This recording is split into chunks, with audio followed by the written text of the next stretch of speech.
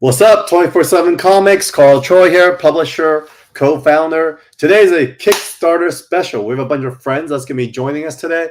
We'll be talking about science fiction, fantasy, talking animals, all the above. But to kick it off, we currently have a Kickstarter campaign going on right now. And if you want to check out this little QR code above right here, you can scan it real quick and check out our Evermind campaign, which we'll talk a little bit more about later.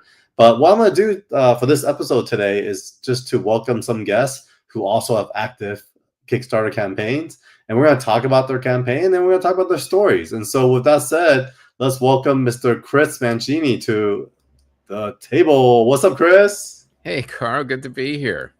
Man, good to see you again. How was LA Comic-Con? I know you and Francis were co-boothing and it was good. It was a little weird. We were in a weird position where we're like near a tattoo parlor, AI Stan Lee, coffee supplements, and Buddhism grifters. So we were in a very odd spot. Imagine that's like a comic nerds day spa. Yeah. Tattoo while getting some ASMR from Stan Lee, and then But it was good. We had good traffic, people super nice, and got some nice discovery on people discovering us for the first time. So it was good. Yeah, no, discovery is a big one, and that's why we're doing a stream like this today. So, without further ado, let's dive into what you're currently working on. I'm going to mute it, but you could talk more about Kickstarter and all that. Absolutely. This is Alpha Cat. This is a new series. This is actually my first ongoing series that I created with artist Fernando Pinto. And it was a weird kind of generation for the Spark, because like we've done a lot of graphic novels with mostly people, and but the logo for the company is a cat with a jetpack, and people would come up to me at cons, kids and adults, saying, well, where's his book? I said, well, what are you talking about? Where is his book? There's a cat with a jetpack. I would read that book. And I was like, I don't know. So I talked to Fernando, and he's like, yeah, I'm down. So we created Alpha Cat, and it's a kind of like a mix of like Star Trek with animals, but also we're big gamers. So it has a feel of like Ratchet and Clank and Sonic the Hedgehog. So it's super fast. It's got like mystery, adventure, animals, insects, robots, and plenty of like heroes and scoundrels. And we wanted to make it more like a Warner Brothers cartoon, like Looney Tunes, where it's not like a kid's book. It's not like an adult book. We just kind of made it for us, where we would think it would be funny. We would think it would be adventurous and have all of those elements that we would want to see as kids and adults, kind of like a Pixar movie. So this is the first issue that we are kickstarting now. It's awesome. So, folks, you guys see it right here. Over 50% backed and 17 more days to go. So, looks like you have some pretty good momentum. Just got to get the word out. So, would you mind highlighting a few of the pledges? Like, what can people expect to get? Absolutely. Like the standard one is a signed book. Like I don't like charging extra for a signature. So every physical copy is signed. And then you can also do add-ons with any of the White Cat Entertainment books you may have missed, like Long Gone Far Away and Rise of the Kung Fu Dragon Master. But also we have a couple special tiers if you want your name in the book. And then one very special one is if you want your pet to join the fight, where what would happen. Genius. So Fernando Pinto will do a special commission of your pet with Alpha Cat, a digital commission. So far we've had cats and rabbits submitted, but any pet is fine. So if there's a limited tier, but there's some of those left. If you want to do that, they're available too. My God, I miss my dogs. I've been traveling like a madman, and so it's I might have to jump in on that tier. Cool. Anything else our viewers should know as we're talking about your campaign? Just that you can, like I said, you can get any other books you may have missed. We've got a lot of fun stuff, and there's like a digital tier that's got like over 500 pages of content if you just want to catch up with everything. So, spend a little, spend a lot, get your pet into space, whatever. There's a pledge for everyone. Cool. So with that said, let's welcome our second, actually now two guests. Got Ernie and Josh. Hello. Hello. How you doing? Co-creators of Area 51 Studio. What's up, fellas? Hey, not too much, man. How are you doing today? Good. So, Josh, we talked about in the beginning that we were actually going to go over our campaigns first, and then we're going to, once everyone's on screen, go over each of our stories and really talk about what it's all about. And so why don't we jump right into what you guys are doing at Studio Area 15. Let's see. Let me figure out how to do this real quick. I think I have to... There you go. How's that? Looks great. Looking great. So basically, Area 51 Studios, the concept is everything you think you know about Area 51 is wrong. It's actually a studio where aliens come to produce galactic reality shows and movies and such. The tone's kind of like Seth Rogen's The Studio, or for older people, Larry Sanders Show meets Men in Black. Yeah. And it was off of a novella that I had written a couple of years ago. And so for issue 1, we also kickstarted the novella, and I got a small publisher to do it. So it ended up looking pretty cool. And we have it's a 4-episode arc that's going to encompass the novella, and then we're going to put that together into a trade, and we'll see where it goes from there. I mean, I hooked up with Josh, and I just thought his stuff would be a really good fit. Yeah, take it away, Josh. Man, I don't know what else to add other than it's just been a whole lot of fun putting it together and really trying to think of some unique spins to put on sci-fi and aliens. You're trying to, kind of stand out from the crowd a little bit. But I thought it was a great process, just from beginning to end on getting issue 1 done, and I'm super stoked that issue 2's out, nearly out, and yeah, I don't know how else, what else to add. I love these homage covers. Well, these are bangers. But yeah, no, I agree. I think we'll talk more about the story later. But when I initially read it, I felt like it reminded me a lot of Men in Black meets The Studio, which it sounds like exactly what you're talking about, because we're kind of in it, and in a fun way. You're introduced to the world that you're kind of familiar with, but at the same time, new twist to it all. So it's pretty fun. Fun. Great work on that, guys. All right. And then last but not least, let's welcome our last guest, Kyle. What's up? Hey, how are you, Carl? Happy to be here. Yeah, it's good. It's been a great run for all of us so far. I think of our campaigns, you're the one that most recently launched. And so we could maybe dive into that, and let's take a look at it together. If I could find it. Let's do it. Sorry, I'm like so bad with the screen stuff. That's the stage. There we go. Let me play this. So you can talk about it. Yeah. No, so this campaign is for the 2nd issue of Hallowed, which is a fantasy horror comic book. The quick pitch is basically just thinking about Templars versus witches. So this is a fantasy universe, so obviously there aren't Templars, but that's kind of where the idea started. So this story very much is kind of a parallel, alternate universe version of the Crusades. And so I really loved this idea of this group of deserters getting lost in a forest that should not be there, and then encountering some otherworldly horrors. So this universe is part of a big grand universe that I'm creating. It's called the Direverse, because a lot of the main characters are this race called Dyers, these anthropomorphic animals.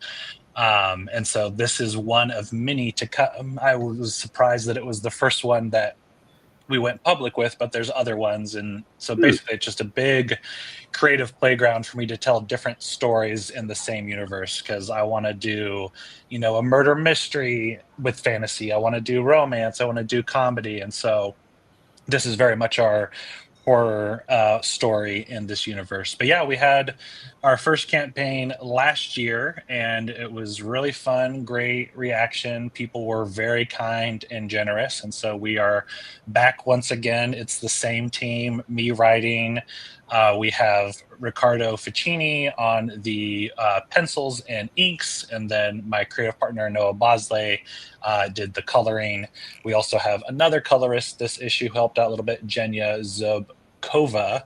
And so, yeah, we just are back with bigger and badder rewards. We've brought along some of the same ones from last time that people liked. We also added some new ones. So we have some crochet dolls of the characters. We have posters.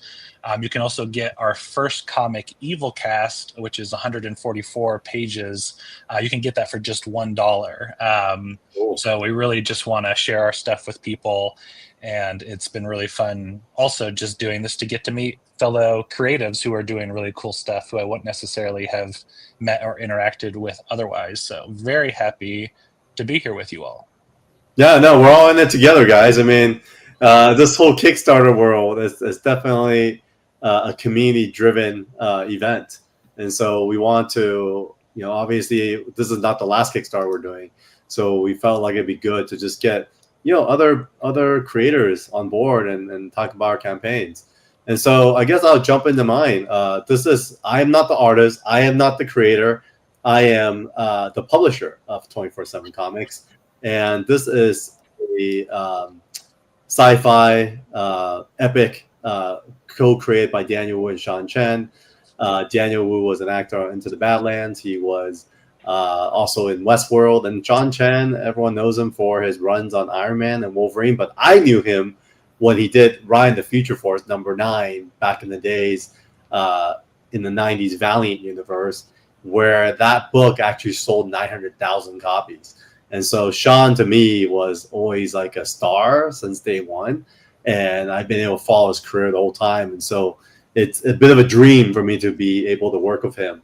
So as you guys can tell, we're about 9 days to go. So of our campaigns, I think we've run the longest. And so, yeah, I think in our last week, we're really working hard to get the word out there. We have a raffle going on. We also have some preview pages, which we'll get into more later. And then we have a ton of variant covers. So we got Evermind K-pop Demon Hunter homage by Brian Landon. It's funny, you have a Riccardo Federici. I have a Riccardo Federici as well, who did this painted cover that we also use for New York Comic Con exclusive.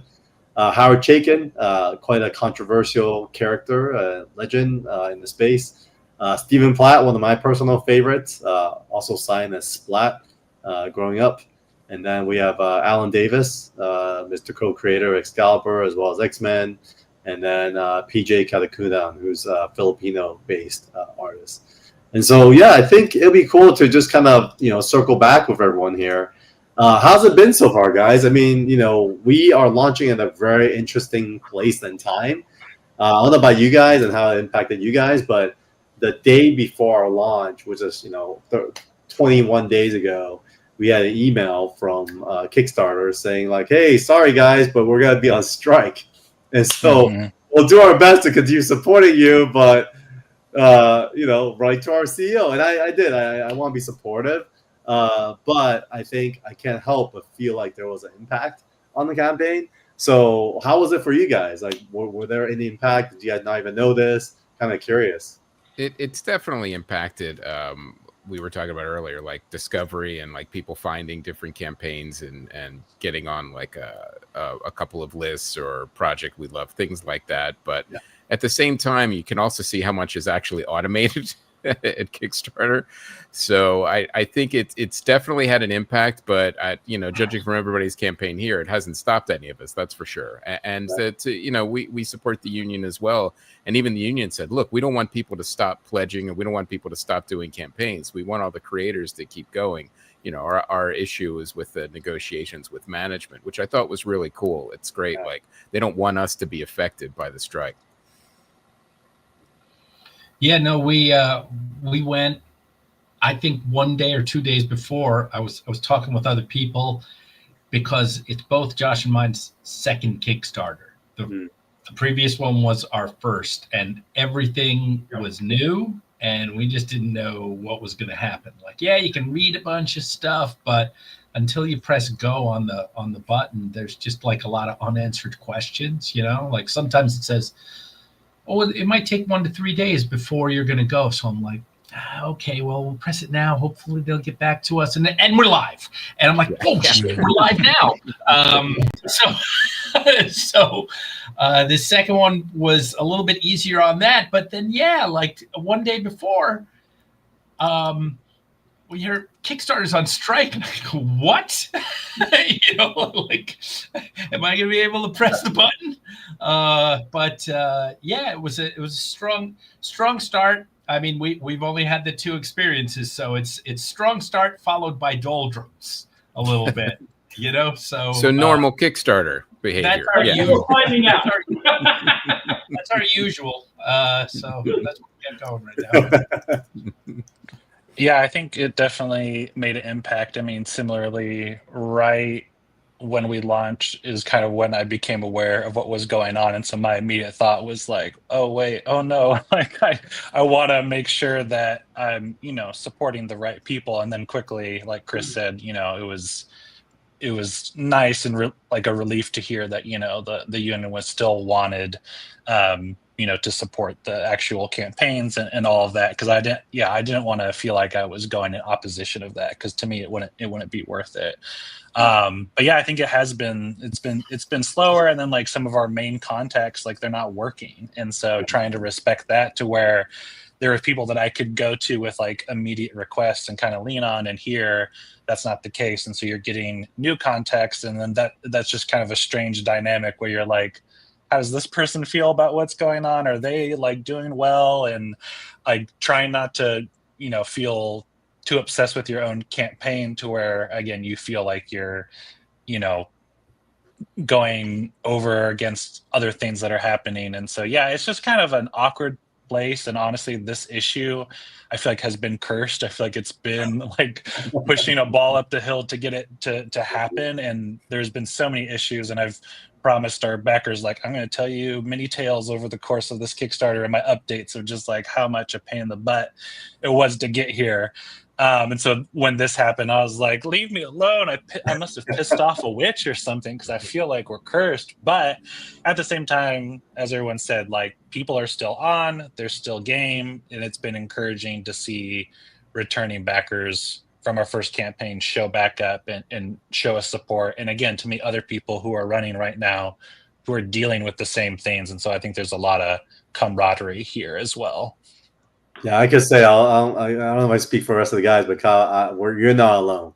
I felt like we've been so cursed since like we launched, and I think what I want to get into is what else we've been doing to try to make up for it, right? So obviously streams like this are important because we are in this together. Josh, any thoughts since the campaign launch and how it's been? I mean, I'm just sort of echoing what everybody else has said. We just weren't sure how that was going to affect things. Being pretty darn new to Kickstarter in general, I wasn't like, we didn't have a delta to compare it with, So I was like, well, whatever happens, happens. I don't know if like the thing's going to stop in the middle, or it's going to stop us from starting in the first place, or whatever. But it's a really community-driven creative platform, and it's a really community-driven consumer platform too. So it's kind of interesting to see, like, there's things happening, but everybody's still like focused on the content, which is really nice. So I'm very curious to see how it all shakes out. But I don't know. It's been fine, I guess, all things considered. Yeah, no, everyone, we're all very blessed. We still have a platform. Obviously, I think that we still have enough time to promote our campaigns.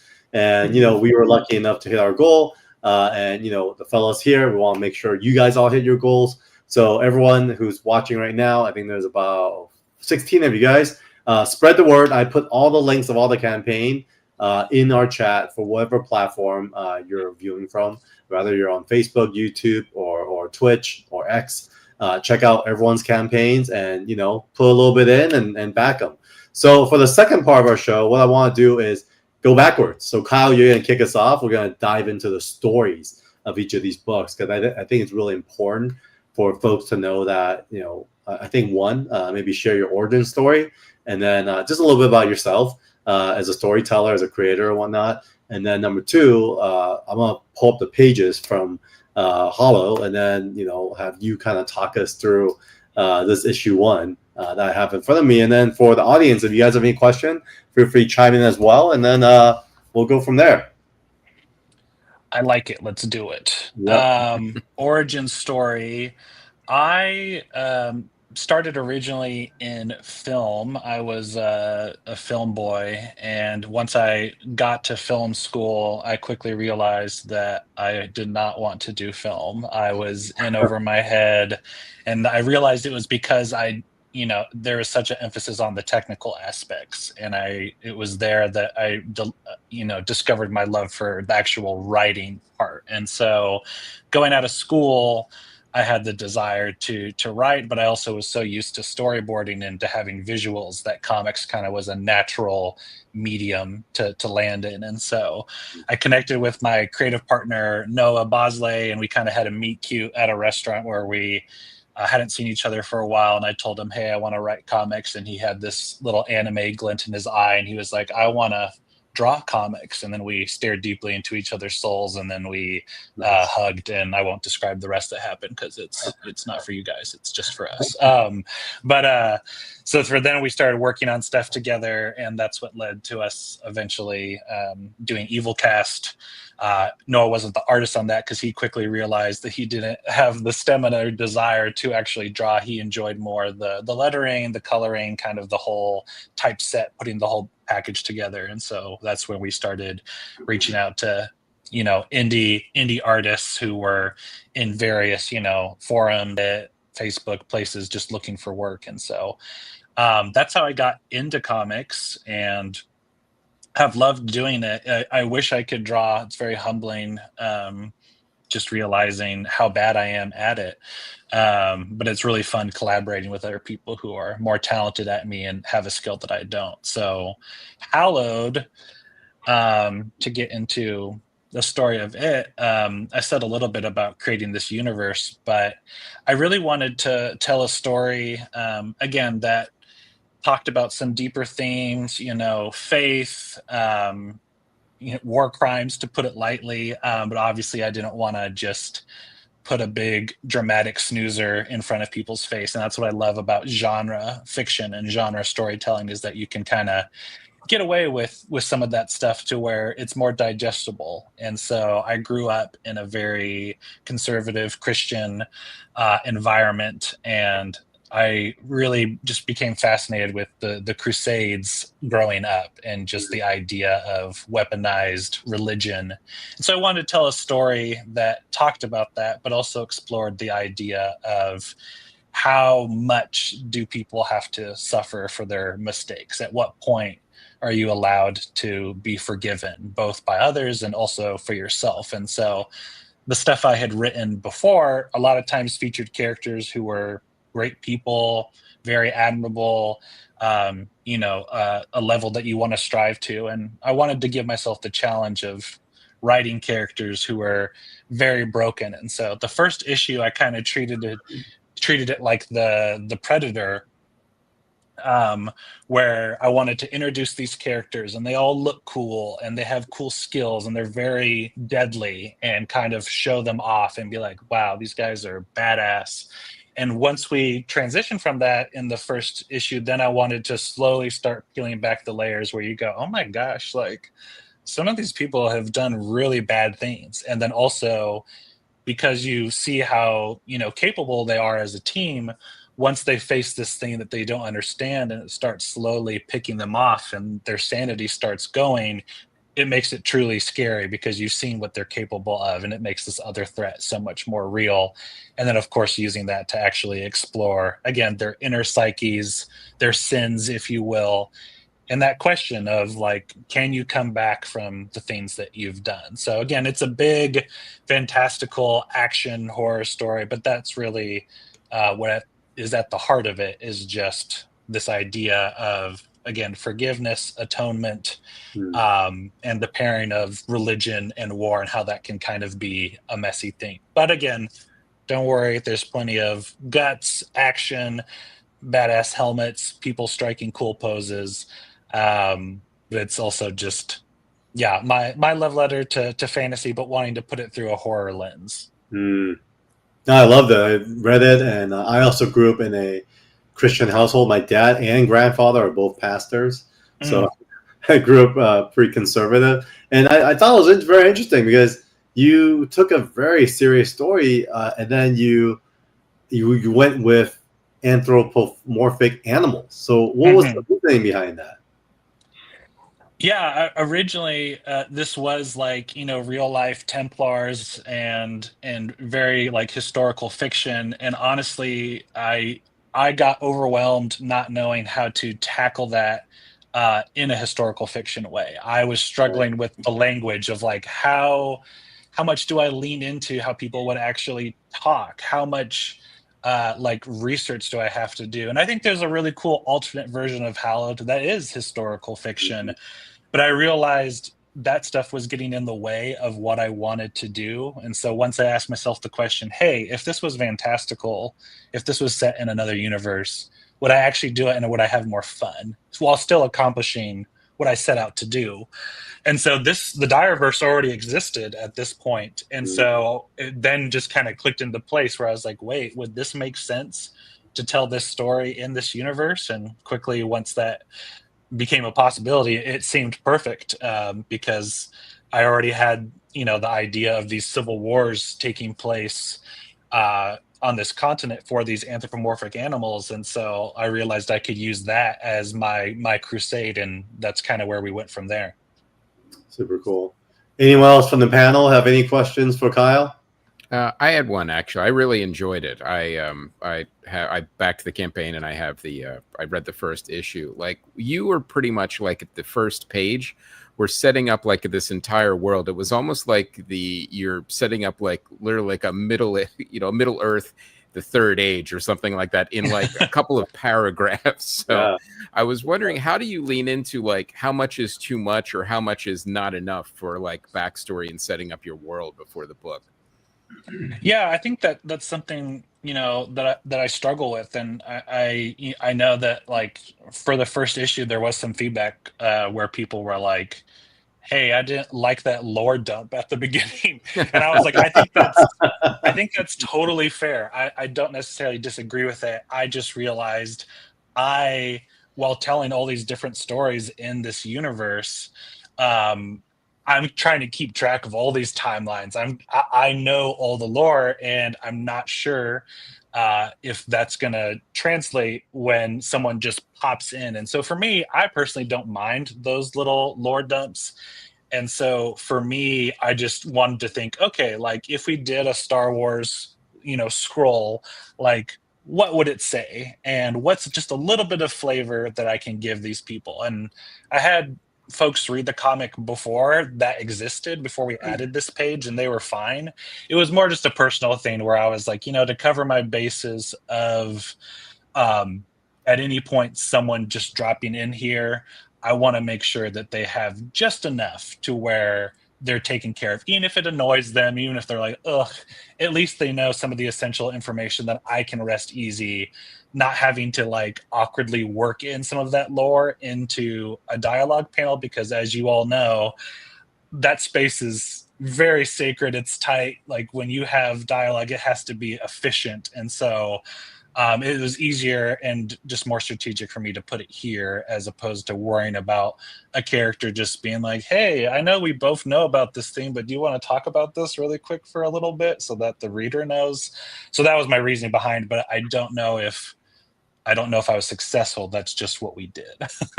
I love glad you like it. So I'm totally for lore dumps for sure. And those who are watching, I'm putting the link again for Kyle's Hollow here. Definitely Hallowed number 2 now. Now, where can people get Hallowed number 1, the one that we're scrolling through right now? Yeah, so that's a great question. They can get it as part of the campaign for number 2. I knew that there would be people who would have missed the first one, and obviously we want to always welcome new readers. We don't want people to be prohibited by not having seen the first one or at the moment in time not being able to afford to give. I understand people have varying circumstances. So yeah, we have a couple of bundles as part of the second campaign, so people can get the first 2 issues digitally. They can also get them physically, and then also if they want the deluxe cover, which has a silver foil, which looks really good, they can also get the previous issue and then this deluxe version as well. It's awesome. It's a great cover, great art, amazing story. I really enjoyed the read, so thanks for sharing that with us. Yeah, thank you. Any other reflections from the panel before we move on to our next campaign and next story? I'm just happy that I now have heard the phrase lore dump, which I've never heard before. So that's beware the lore dump, Chris. Beware. I also really liked it. I read it. I backed it today. So looking forward to number 2. I thought it was a cool world, and the art's, really good also. I mean, it fits. Everything fits, for the tale. And so good job. Thank you, Ernie. I appreciate it. How many issues is it open-ended, or do you have a closed loop you're moving towards? Yeah, so our plan is 2 volumes in total. So the first volume will be 7 issues. Got it. Okay. So, yeah, so I have it all. I have it all outlined. I'm sure things will slightly change, but yeah, the goal is to do 2 collected volumes and then do a really nice thick omnibus afterwards that you could murder someone with because of how thick it will be. But yeah, I'm hoping we can get there faster than our current pace, but as we all have discussed, life is crazy and we're just doing what we can. we're all in it together, Kyle. So that's why we're here. So let's continue. Ernie, I'll have you speak on Area 51. Give us you and Josh's origin story, and then we'll transition to kind of Area 51 studio story itself. Well, I guess I've come at this through another way. I kind of write cartoons and kid shows for the animated TV space. Cool. And to the Comic-Con goers or the people that are, and I consider myself a nerd or a geek, so I say it with love. To those people that would go to a Comic-Con, they might have seen some of the stuff I do, which is the animated DC features like Batman Hush or Justice League Dark, or the latest one that I did was a thing called Aztec Batman. But I've always wanted to get into comics. It's a completely different thing to sit in a room with the DC folks and this and that and go, all right, we need all this stuff in there, and you have to please them all, to just working with Josh, and we just basically have to please ourselves. So I went to this thing that was the Comic Creator Connection panel. It's a panel they have every year in WonderCon and San Diego Comic-Con. Yeah. And they kind of publicize it as speed dating for writers and artists who want to do comic books. So I'm like, I'm going to get in there, right? I'm going to go in there and pitch a couple of ideas. And then I saw Josh had this one image, and I was like, man, this is the guy. I think he should do my book, But everybody's talking to him because his stuff was really good, and he's from Arizona. He's not in the LA area. I'll let him talk about this, but he owns a graphic design shop, right? So he's like, I want to get back into it. My kids are old enough. I think I have the time. Nice. We started out doing it as kind of a side project, and that was we met, we kind of hit it off then, and then 2 weeks later we started talking, and at first it was let's talk about, once every 2 or 3 weeks or once a month. And it got down to once every 2 weeks. And then it was like weekly. And we just started to develop it. At first, we developed a pitch for it, like a proposal to go to small companies, heard absolute silence. And then he was like, well, let's just do it. And I'm like, I'm afraid of the Kickstarter, this, that. And he's like, you know what? I make people sites every day for a living. I think I can do this. And I go, okay, if you do the technical stuff. But thank God now I've learned enough to get by. But all the hard stuff, he kind of does. That's awesome. Thanks for that, Ernie. Now, Josh, your side of the origin story. Gosh, I mean, I've been like most artists, I've been drawn forever. And I ended up going, mostly down visual communications, graphic design. I do web development. So I've got, sort of like a creative agency that, sort of like art adjacent, but that it ended up being, that's going to pay the bills better. And, as COVID hit, a lot of people sort of realized they had the time to kind of look at what they wanted to do. And so I kind of, at that point, was like, man, I really want to get back into doing, artwork pretty seriously. I mean, like Ernie said, the kids are getting older and, this is, sort of a long-term passion of mine. And so, I started kind of getting back in and talking to people about doing projects. And I'd done some, illustration work that was similar to comic for a while.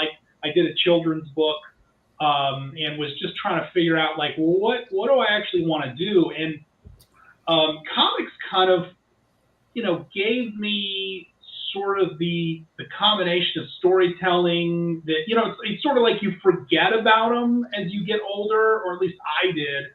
And then as I was kind of getting back into figuring out what I want to do, it was like, oh, shoot, like this is actually a viable thing that I can make and sort of use as a creative outlet and actually do seriously as I get older. And so I went to that San Diego Comic-Con, just like open-ended, like, I'd love to make some contacts and see if there's, anybody that's got a story they want to tell.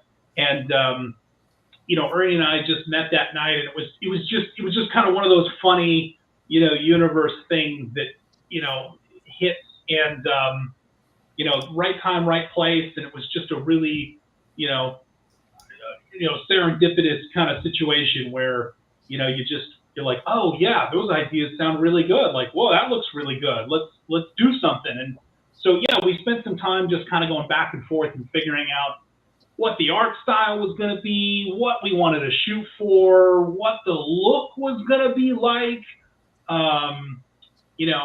So we had a lot of time that we interfaced through to figure out, okay, we've got this arc that we know we want to tell. We've got a story that's based on an existing novella.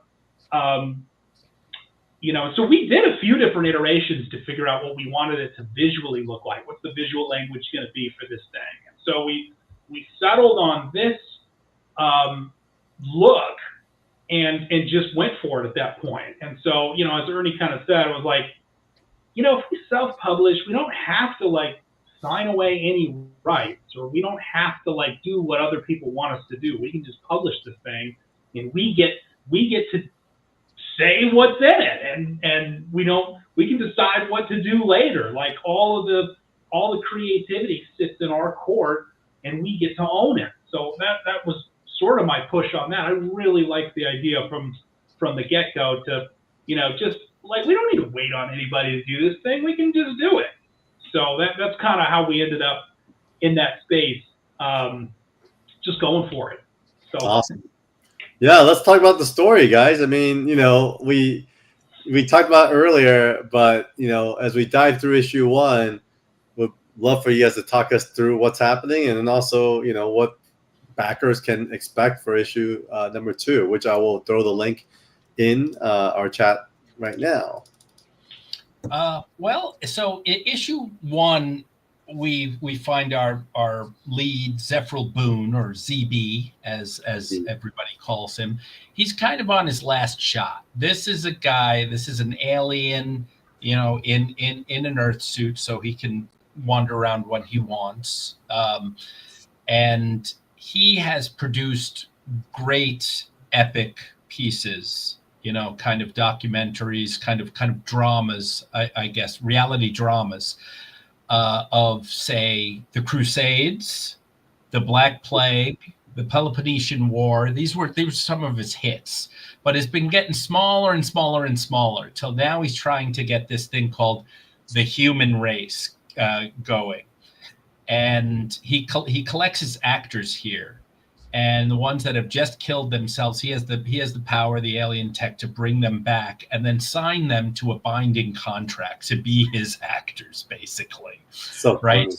So he goes and collects these people, which were dead, and say, hey, you can be dead again, or whatever. Yeah, I mean, but just now you're in my show. You have a chance to be a galactic star. Wouldn't that be great? Here, sign this binding contract.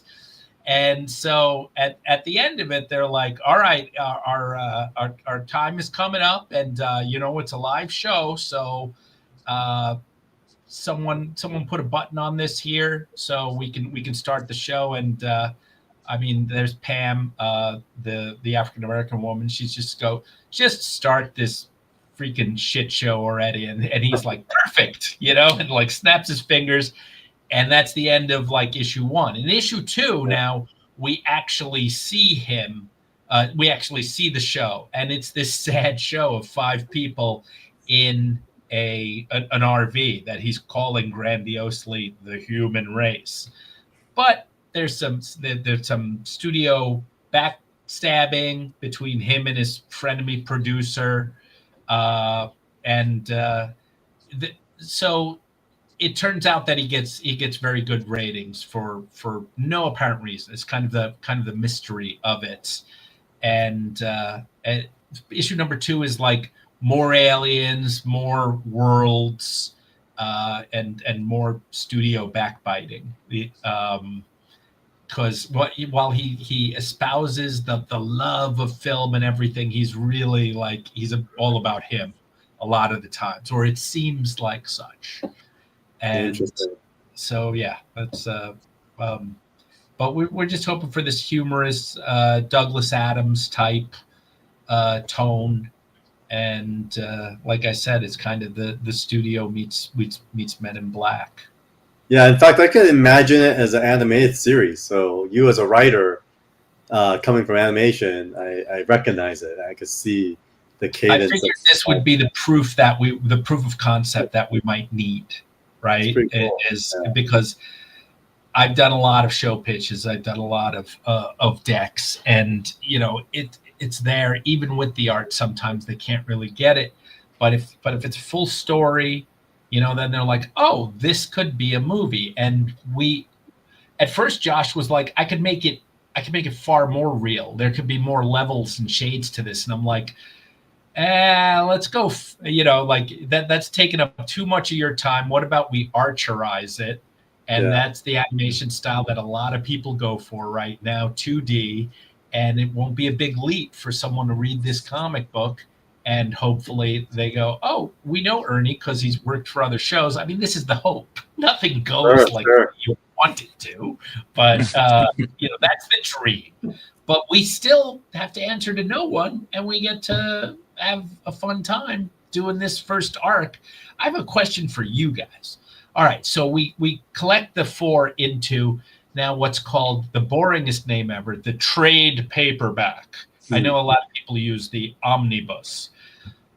Graphic novel is only a graphic novel if it's made as a graphic novel all in one, but I don't understand. I would just rather call my 4-issue combination a graphic novel, even though we made it in 4 hunks.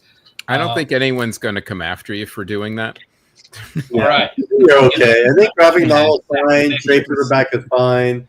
I think there's just so many names, I think, created out of the ongoing monetization of content. So like every comic book series has been packaged and repackaged like 18 times.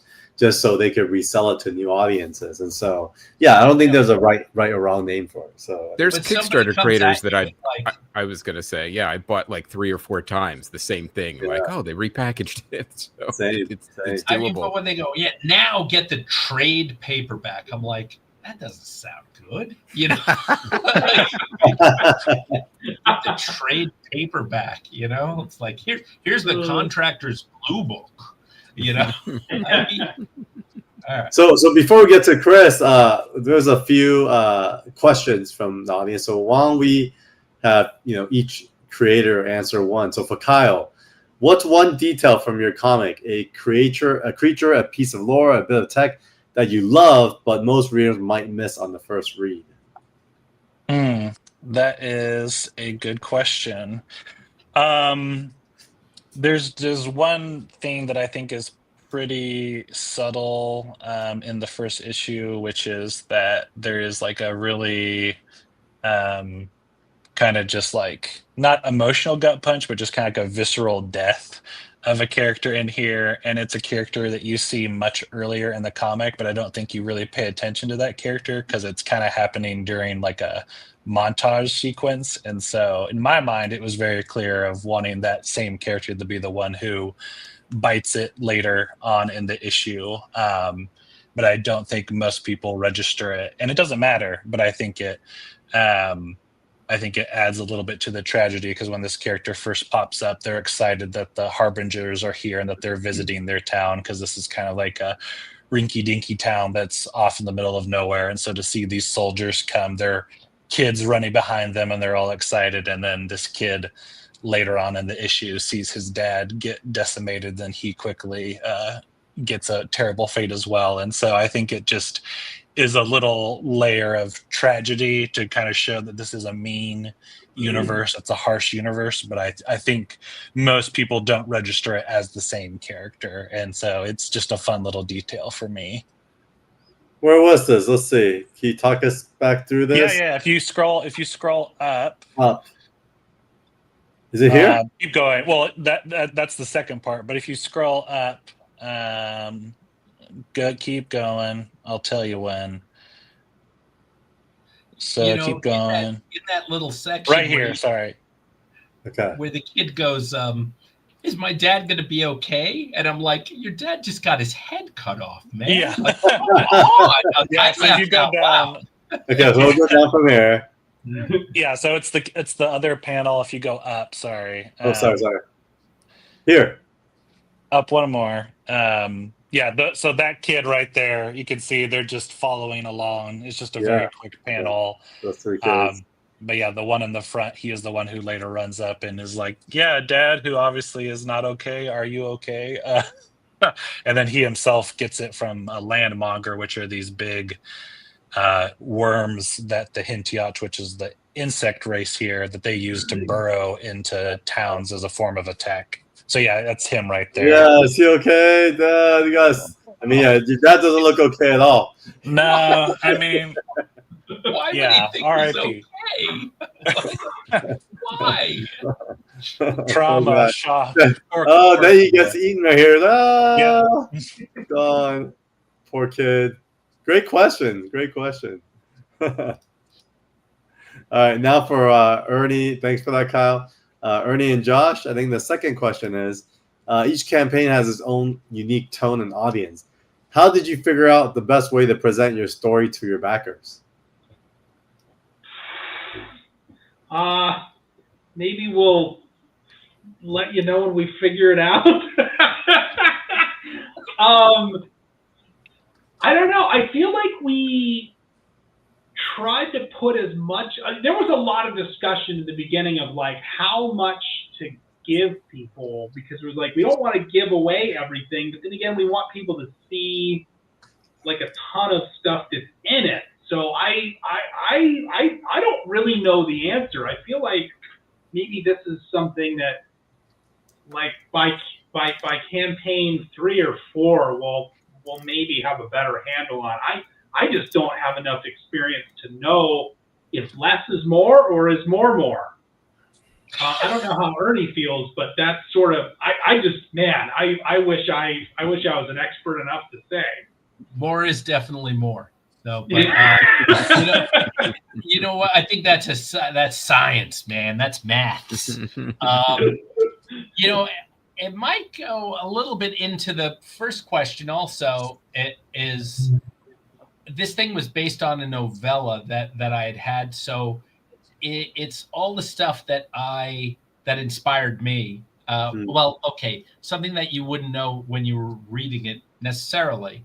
All the characters, most of the characters, the places, the alien world names, and the names of the characters and stuff are sometimes word jumbles or just flat out names of filmmakers, authors, movies that I loved, characters in that, like I just mentioned stuff like, and the Tyrion people, and I'm like, that's a Game of Thrones ref. General Kubrick I really like Kubrick, right? But there's other ones that are just so deep that I don't think anybody would get them unless they had read all the stuff that I read. It's kind of this like this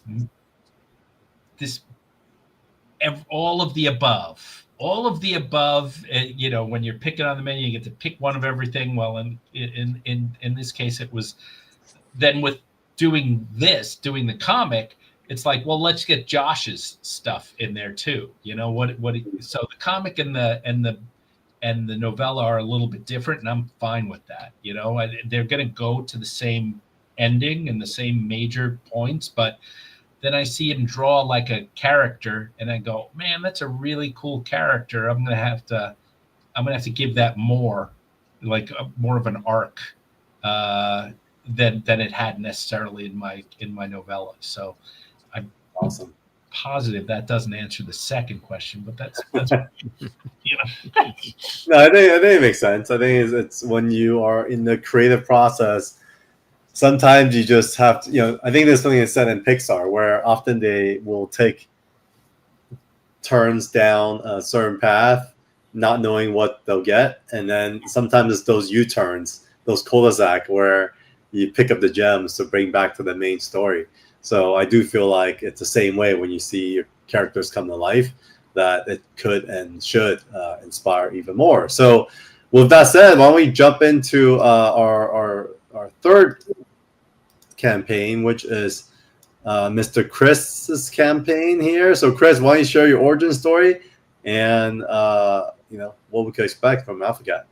Absolutely. Well, I'm a recovering stand-up comic, so I toured for many years with the Improv, and I did podcasting for a while, and I did Comedy Film Nerds that ran until about 2019, and we made documentaries. We wrote a book, and that ended right before COVID hit and the movie theaters closed. So we looked like geniuses. Like, oh, we knew they were going to close. But so I started White Cat Entertainment in 2020, and I wanted to focus on the things that I love the most. It was storytelling through graphic novels and comics and movies and books and podcasting. So I'd also have some scripted podcasts as well. And Alphacat kind of came out of like a really interesting place where, we, like I said, before the people were kind of asking when they looked at the logo, where's his book? So when Fernando and I, the artist, were talking about it, we had to figure out, well, where would a cat with a jetpack actually be? Would he be in space? Would it be the future? Would it be an anthropomorphic world? And we kind of hashed all that out. And, we're both gamers, and he loves like games like Ratchet and Clank. And we're like, okay, we got to make it kinetic and fun. But I also wanted to kind of layer the story in a little bit where Alpha is a veteran of a soldier of the insect wars. And now after the rebuilding of those wars, he's now an explorer. So it's got like kind of like a Star Trek kind of feel and vibe. And we wanted to really create like this universe where there's all these different factions. There's animals, there's insects, and also there's robots. But we wanted to do something different with the robots where they actually have different sentient levels. And the ones that with the higher intelligence are actually the rulers, but they also have a history and temples and a bit of a religion that you don't normally see. So everything is kind of like unfolding with a trip to a robot temple, and they find an artifact, and they find kind of like a Han Solo like scoundrel that is already excavating it, and they want to know why, and the mysteries and the danger of the galaxy then kind of unfold from there. But I wanted to make it more like the arcs. Like, it's an ongoing series, but each arc will have its own complete story, because I don't ever like picking up a book and then not knowing what's going to happen, or then have to wait, or not be able to find an issue. So I always like giving people like a complete story. So this will probably go about 10 issues. The first arc is called The Keeper of Robot Dreams. And this is actually the first issue. The one challenge we've been having is because our books are generally PG-13-ish, and this is the first one that kind of is like more of like a open up to all ages. So we have to be careful that we don't kind of get relegated into like, well, it's just a kid's book. We don't really want that to happen. We want everyone to kind of enjoy it. Like, if it is kid friendly, but it's also kind of made for everyone. So that's one thing that the Kickstarter strike didn't help with us being able to position into like a new audience that I don't normally serve. So that's one of the extra challenges we've had, but it's been great. I mean, we're more than halfway there. We've still got some time, fingers crossed. You never know what can happen in a Kickstarter campaign, but we're really excited about this series, and we've been having a lot of fun doing it. And we did like an ash can where we gave like about 300 copies of like the first 12 pages, like 12 issues, and they went that like San Diego Comic-Con and LA Comic-Con. I ran out, so we know there's definitely some interest here. So hopefully it'll translate into pledges. So yeah, we're big on ash cans as well, and in fact, your project I think already has 46 backers with halfway done. So I think you should be okay. You're more than 50%. Just got to keep the momentum. Yeah. And a lot of the momentum comes on the last week. But I thought it was really funny because how 3 of our 4 books, we have animals and aliens and kind of characters outside of. So why do you guys think? It's really funny because it kind of reminded me of a taxi cab ride. We were in Vegas this weekend, and my wife and I were coming back, and the taxi driver was asking us, "Oh, how was the trip? Whatever." And well, really good. And we haven't hung out for a while. And my wife and I were both really busy, and they said, "Oh yeah, like how often do you guys see each other?" It's kind of a personal question from the taxi driver, but I was like, "Yeah, not much." And my wife was like, "Yeah, I'm okay with that." She's like, "I'm an animal person," and then it's like, "I rather come with my dogs than this guy, right?" And then so the taxi cab driver paused for a bit, and he's like, "I'm an animal person too," and then he started talking about his raccoon that he adopted.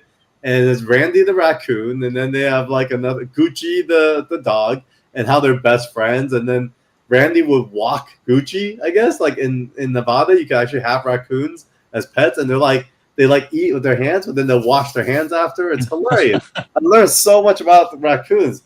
But anyway, like it sounds like we're all animal lovers, right? And so it made me feel like it reminded me of that little story there, and I thought it was kind of cool with Alpha Cat, Chris.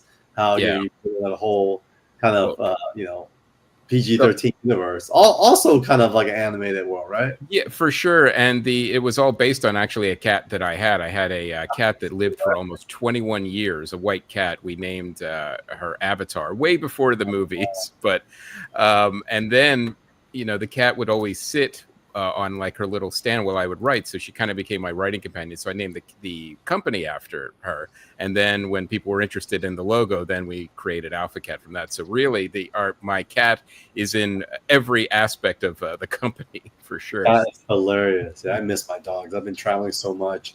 The dog's been taking a vacation at their uncle's house. So yeah, big reminder to pick them up tonight.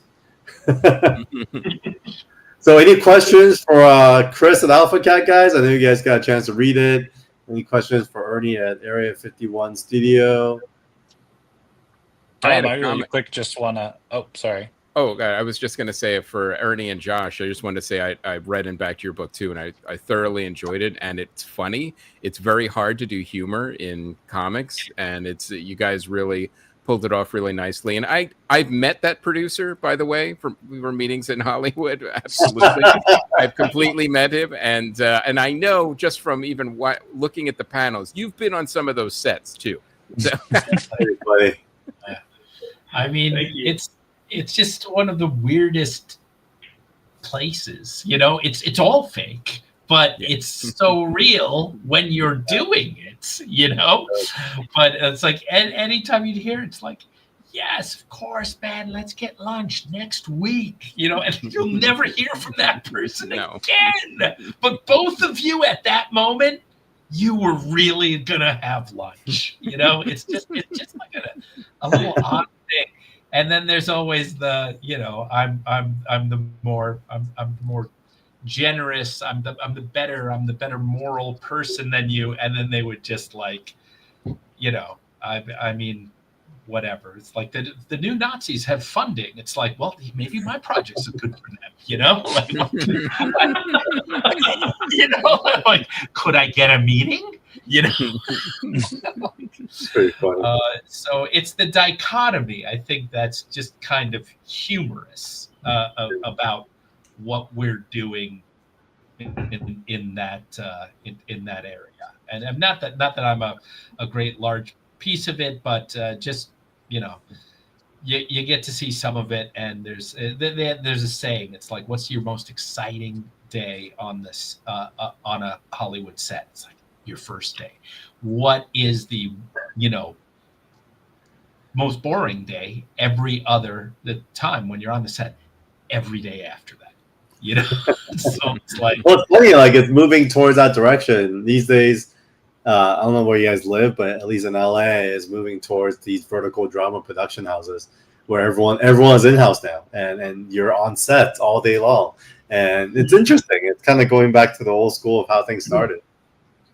Wow. I mean, these people that want to go, it's like, you know what? I'm going to be able to do it all by myself in my basement. And it's like, congratulations, you've just sucked the fun out of everything that was Hollywood. like the red carpet premiere, it's like you've got none of that now. So that's why I do, you know, tend to work for the companies that will consider a writer's room or something. I think the face-to-face aspect of the creation and having people on the set, not like an AI generated character, that's where the magic happens. Now, it doesn't mean there's not going to be some 15-year-old kid that is going to create like a Lord of the Rings, and you know, he'll get $250 million for it, but it's like, you didn't get to meet with the actresses and, you know, cast the movie and stuff like that. I was like, that's the cool part of this, man. You don't eliminate that part. Don't eliminate the real people from it, the co-creators, right? Yeah. Like, making stuff with other people is the fun of it. It is. I mean, this is a big part of it, just the community aspect. And I feel like with less work happening in Hollywood, there's way less opportunity to meet people in person these days, because there aren't as much marketing events and get-togethers. And so, you know, I think we've been very intentional in making sure we kind of know who's working on what, so we could kind of keep tabs on each other and, you know, continue promoting each other's projects. But yeah, I'm on the same boat as you guys. I've read all your projects, I've backed them all, and, you know, we're super excited as to even sharing what we're doing here with Evermind. I'll do a quick plug if you guys don't mind. I'm just gonna throw in I don't know if you guys had a chance to read it. So while I'm talking, I have this QR code up here for our campaign. So if you guys want to just take a look, would appreciate it, folks. This is our Evermind number 4. It's going to be a first time scrolling through it all. And it's a continuation from issues 1 through 3, which we had a couple years back. And really, it's a sci-fi adventure, but the foundation of this is a father and daughter story. It's really about a world-renowned scientist who's ambitious, that's gotten him in trouble because he's now in gray areas as far as ethics go. And it turns out his daughter is a freedom fighter for ethical practices in science. But when his two financing worlds collide, which is the amusement park and the American military, his daughter gets caught in the crossfire, and he's forced to transfer her consciousness into an android. And then in turn, he himself had to transfer his consciousness into a gorilla, mech gorilla, in order to protect her. And so it's a crazy adventure, and there's a lot of heart to it. Sean Chen's first writing assignment that he had now 4 years to do. And I think he really poured his heart into it, and as well as his art. So to me, this is his magnum opus. We are in our last week, approaching the last week, about 9 more days left. So we would appreciate anyone who is looking at this for the first time, or even just been trying to make up your mind for the last 21 days, to finally click or scan this QR code up here, click our link in the chat, and give the guys a bit of a thumbs up through backing them. So really appreciate the time here, and let me know if you guys have. I'd like to. I did get. I read them, and Cool. I mean, I like this story. I mean, just the doctor who was doing this, amazing breakthrough work, and he's like, I can't be below Bobo Land, Yeah. I was just like, oh man, that's a feeling. And then also when something went wrong and like a little girl went into the stripper sex robot body and for her father, and I'm like, oh man, there's a lawsuit. Like really, really getting into it. And I mean, I had recognized. I didn't know I was reading Sean Chen, but I looked back on the Iron Man run, and I was like, oh, I did. But Daniel Wu, I didn't know him at all before Into the Badlands, and I loved that show. Man, it became like an obsession. I was just all about the cutters, It's like, the widow, man, she's so cool. I need a sword fight between these two. It's just amazing that these two have like fallen together to create this thing, which if I see where you're going, is going to be like some pretty cool battle stuff along with the father-daughter story. I'm calling he pasted the mug back together in the Okay, we'll see. That's my spoiler call. Right? I think Sean is spent enough time in the issues 4, 5, and 6 that he might end up surprising you. So. Well, I love the idea of just like the theme park technology mixing with like military technology, because we've always had those nightmares from Westworld of like there is that crossover that we don't necessarily see at first glance, but it's a really interesting exploration of that too in the book. Yeah, we really tried to encompass all that in this world building, because often, I work in, I think a lot of us similarly work in the film business. And, for me, when I think about comics, I want to make sure we're making what's best for the medium. And so I encourage all the creator teams to just go all out and just create and just world build. Because when you start thinking about the big screen or the little screen, you start limiting yourself as to the power of what this medium can do for us. And so I always encourage folks to, make comics for comics, and then everything else will fall into place. For sure. Yeah, I think it works really well. Because you have the, for me, you have the Saturday morning cartoon side where it's just like you want to see a giant gorilla mech suit and this cool android like do cool things, and on that aspect it works. But then it's like you have the father-daughter relationship, which I think like is very relatable to people who again have those tough relationships with their parents, and especially now when there's just like a lot of divide between generations. I think it's super relatable. And for me, I loved the world building too. Again, there's so many cool, interesting scenes there with how the technology is being used, and I think it's super fun, and it's fun to see to your guys' success, just how much people are reacting to it, and obviously it's connecting. It's really cool. So congratulations on a really great book, and thanks for sharing it with me. Thanks, guys. I'm glad you guys had a chance to read it. This cover too really spoke to me, because Sean, on this run for Wolverine, his most famous cover was Wolverine 159, and he's never done an homage before. And so This is his first homage ever, and he was homaging himself. Cool. Wolverine 159. I don't know if you guys have seen it before, but this is the original cover. Yep. So pretty cool. He did a great job. I think Sean always critiques his own old art, but I feel like he's definitely gotten more refined over the years. But it's still freaking cool back in the day, Yeah. Cool. So I mean, we've gone through our projects, folks. Our links are in the chat. And anything else I might have missed, guys, before we start landing the ship? I just want to say really quick, Ernie, I wrote this down from your book. Just again, folks, can't stress enough how funny this book is. There was a line, and I'm going to quote it right now, which is someone complaining to an alien, "After 80 years of probing, what else do you expect to discover from our bunholes?" Which that just made me laugh out loud like a teenager. Loved it. And then Chris, too, I thought it was very funny that you and I were a little bit racist against insects, to where both of our books has like mammals fighting against insects. And I was like, oh my God, like the prejudice is spreading.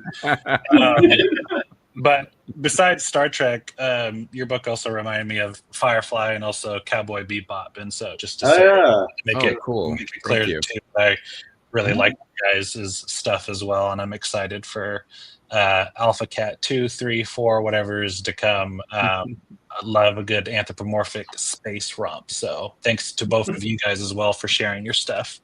Oh, thank you. That's great. Yeah, Chris, I read through that. I mean, it's a really quick and easy read, and I really like the art style that you've set upon. It's has a uniqueness, which I think. Well, it's always good for marketing. It's always. I can see the keychain. I can see the very mainstream. We're definitely looking into plushes, but got to wait till the tariff stuff dies down. So seriously.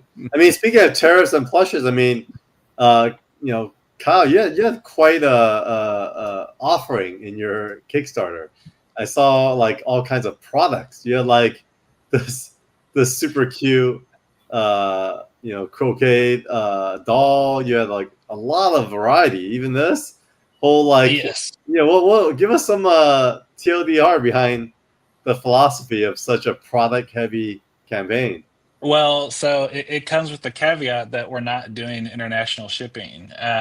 So I think that's honestly something that hurts us. But I think, again, with this campaign from hell, I was like, absolutely not. I can't deal with this right now. And so I know it disappoints people. And I know, again, that it hurts us. And it's something that originally we were going to implement in the second campaign.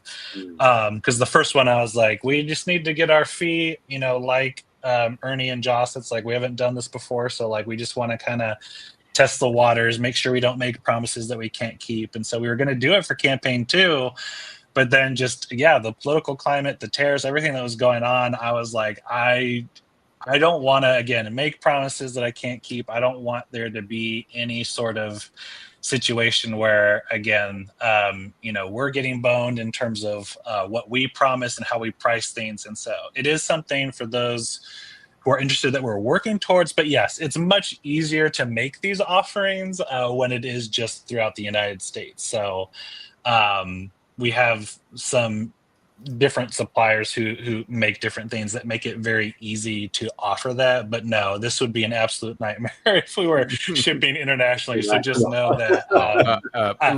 Little pro tip: it's bookmarks, stickers, and magnets. Anything flat shippable. Easier.